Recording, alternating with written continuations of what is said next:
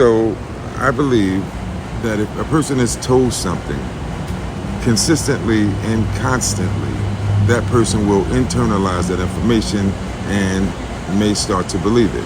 And people tend to live what they believe. If a person is put into a situation constantly and consistently and for a very long time, that person will be conditioned to that environment and have the mindset of that environment. So I had been verbally abused and demoralized by a woman from the ages of 11 to 14.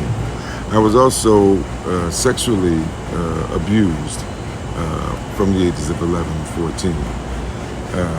Savagely abused, constantly telling me that I wasn't worth shit and I'd never be shit, and I internalized that and I believed that I wasn't shit.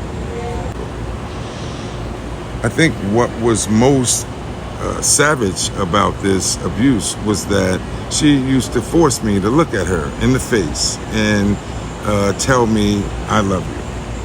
And she would say it, and in my young head, so sincerely and convincingly, and every time she would say that, which wrecked my thinking.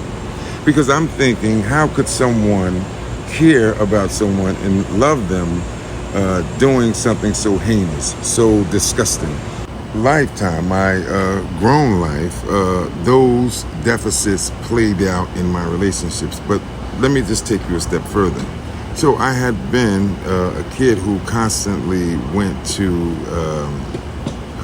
juvenile facilities and young adult places and prisons. And the only emotions that were displayed there were anger and laughter. Those emotions were clearly displayed. You would know when somebody is mad, and you would know when somebody is having themselves a good laugh. Anything other than that was, you had to figure it out.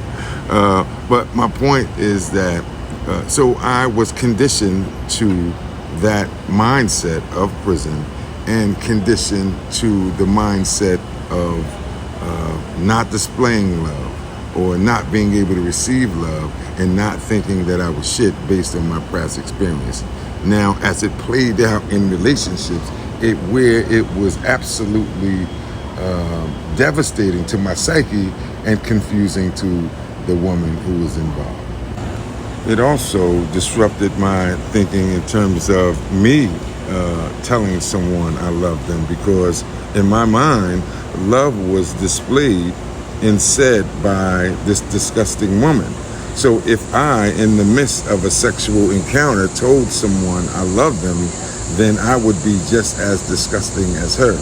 Even outside of the bedroom, I would think that if I told someone that I love them, then I would in some way be equated to this woman.